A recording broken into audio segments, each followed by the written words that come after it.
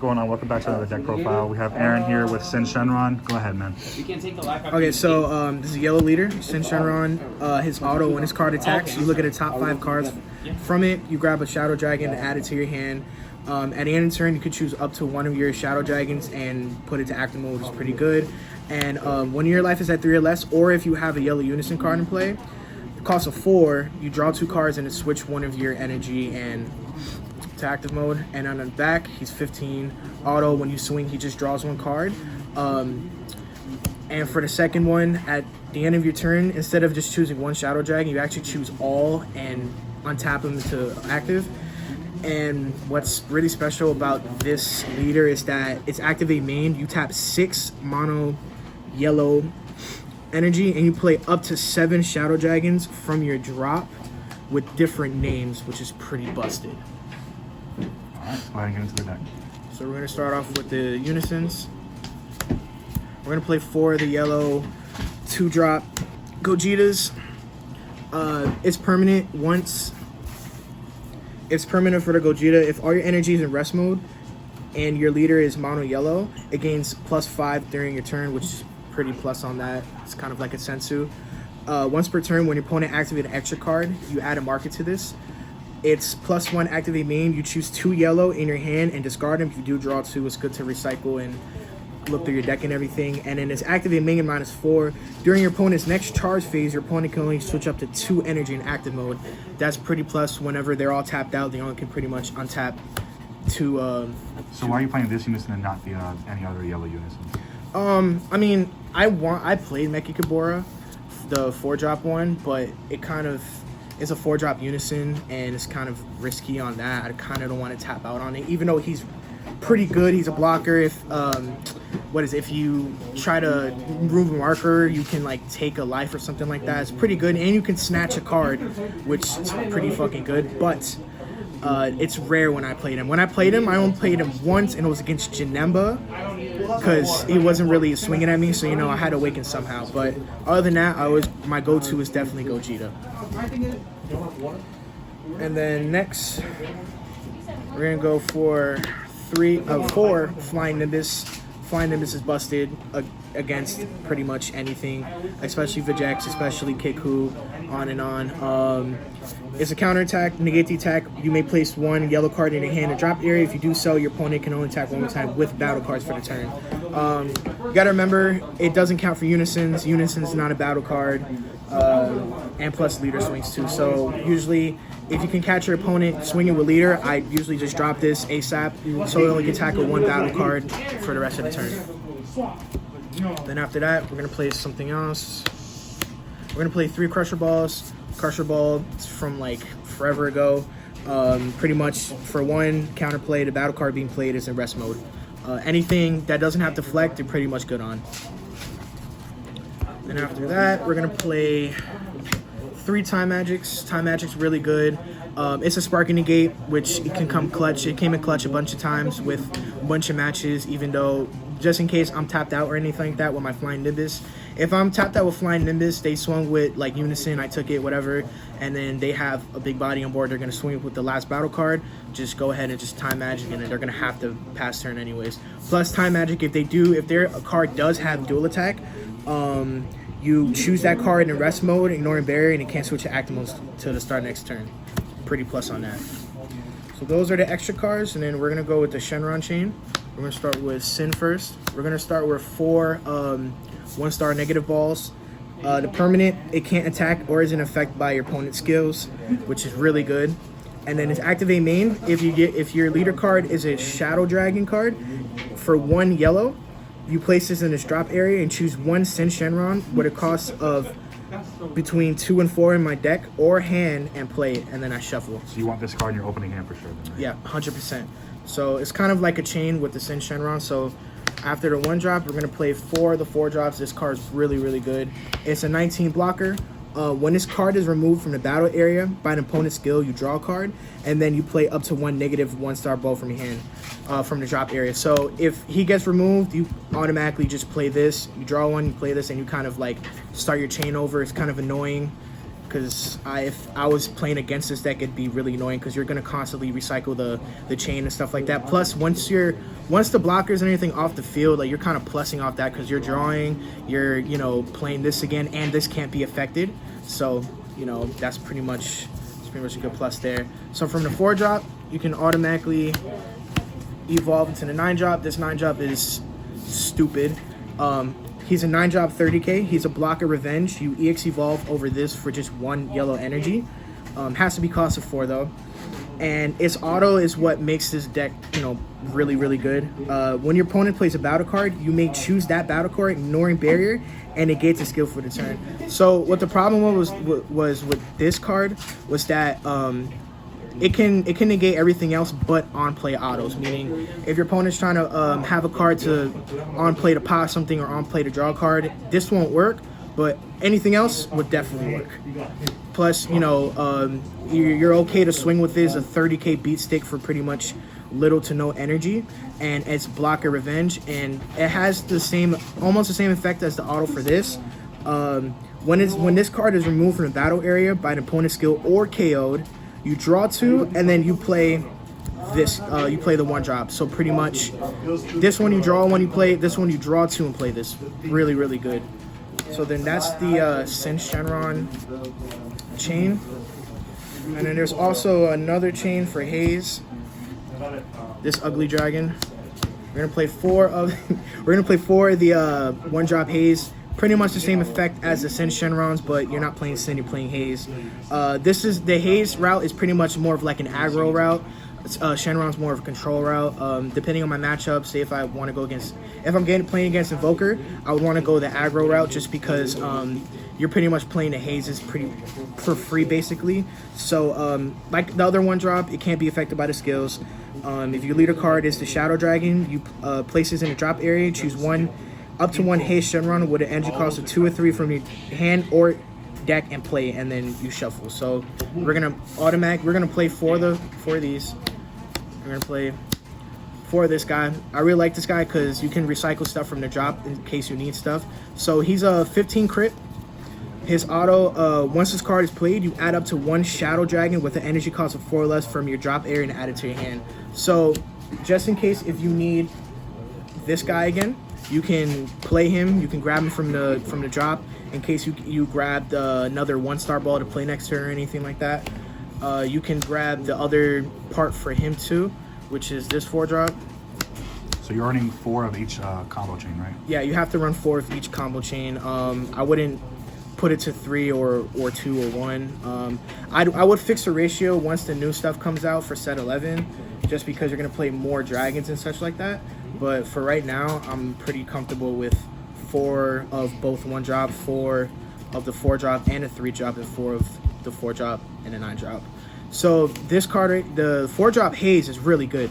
So once you play him, you can go ahead and swing with 15 crit, and then you can EX evolve for free on top of this 3-drop. So when a card evolves onto this card, you switch this card to active mode, and you can't play copies of this card for the turn, which is pretty understandable. So you should swing with him and then evolve for free and restand him, and you'll have a 20 double pretty much for free on that turn. And for this guy, if your leader card is a Shadow Dragon card and you choose 1 Shadow Dragon card in your hand and discard it, when this card attacks or is used in a combo, choose 1 of your opponent's battle cards in rest mode when the energy cost greater than the current energy and KO it. Really busted effect. You literally can pop Victory Strike. You can pop, pretty much anything that doesn't have barrier and is over your opponent's energy pretty much. Comes in clutch a lot. So then that's the Shadow Dragon chain basically. And then these are my support cards that I play for the deck. So I'm playing for super combos. I'm playing 4 of the Zamasu super combos. I'm playing 4 just because the 1-drop Gohan, the Counterblast Sun Gohan, I was playing 4, then I went to 3, then I went to 2, 2-2 split, and then I just took it out just because it's a good draw, not gonna lie, but you're constantly cycling through the deck and you're drawing 2 because a lot of times your opponent's gonna want to get rid of the 9-drop. So if they want to get rid of the 9-drop, that's fine because I'm gonna draw 2 and replay him anyways. So my hand advantage is perfectly fine at that point. So that's why I kind of switched from this to the Zamasu, because if I'm playing against any aggro deck also, you get to, once I combo with him,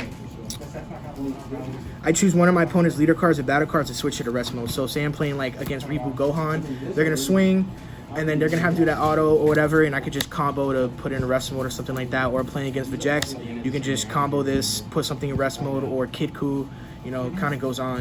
And a cool thing we can do for that super combo is when you super combo him, when you super combo Zamasu, the 4-drops auto is going to activate to where when you play this card, you can choose one of your leader cards, your opponent's leader cards in rest mode, or battle cards with an energy cost of 4 or less in rest mode, and it can't attack next turn. So you can just super combo and then pretty much target something and it can't attack, which is a good kind of good synergy in the deck too. So we're gonna just play 4 of those, and then we're gonna play 3 double strikes. I love playing these double strikes just for the 9-drop Shenron. You're swinging hard, turn 2, turn 3 with a 30k, so why not play some double strikes for a 40k double? Your opponent's definitely not gonna out combo it. They're definitely not gonna, you know, try to do anything to it, honestly. So having this as a plus 2, you can use the double strikes on the Unison. I've won plenty of games with just double strike with the Unison, with the leader, you know, kind of not a lot of people see the double strikes coming. I would only play 3 though, just because 4 is a little too much, 2 is just too little. I think 3 is pretty, I think 3 is the perfect size. And then after that, we're gonna play 4 of this Zarbon. This Zarbon's a pretty old card. I'm playing 4 of this just because during your opponent's turn, when you combo with him, you switch one of your battle cards and switch it to active mode. So you can literally use the Send Shenron route, and you can block. Your opponent's not going to combo whatever, or they can do whatever. You can just combo Zarbon and restand, and you got another blocker. Same thing for this guy too, you know. So you can just block, combo, restand. So you're constantly going to have a blocker on board and such. And then after that, we're going to play 2 Poutine. Poutine this card is really good, especially with the Zamasu super combo. So what she does, she's a barrier unique, so you only have one of her on board. Her auto is, if your leader card is yellow, when your opponent's card is switched to rest mode by one of your card skills, you can play this card for your hand for free. And it's auto once per turn. When your opponent plays a battle card using a skill or activates a counter skill, you choose up to one of your opponent's battle cards and switch it to rest mode. So you can pretty much interrupt their plays and all this stuff on either player's turn, which is really good. And then after that, we're playing Beast of himself, rated Warcry. I'm probably gonna bump it up to 4, but 3 right now is pretty good for me. How often do you play him? Like every game? Oh yeah, if I flood my battle area with the 9 drops with the Haze and plus this guy, like that's just mad.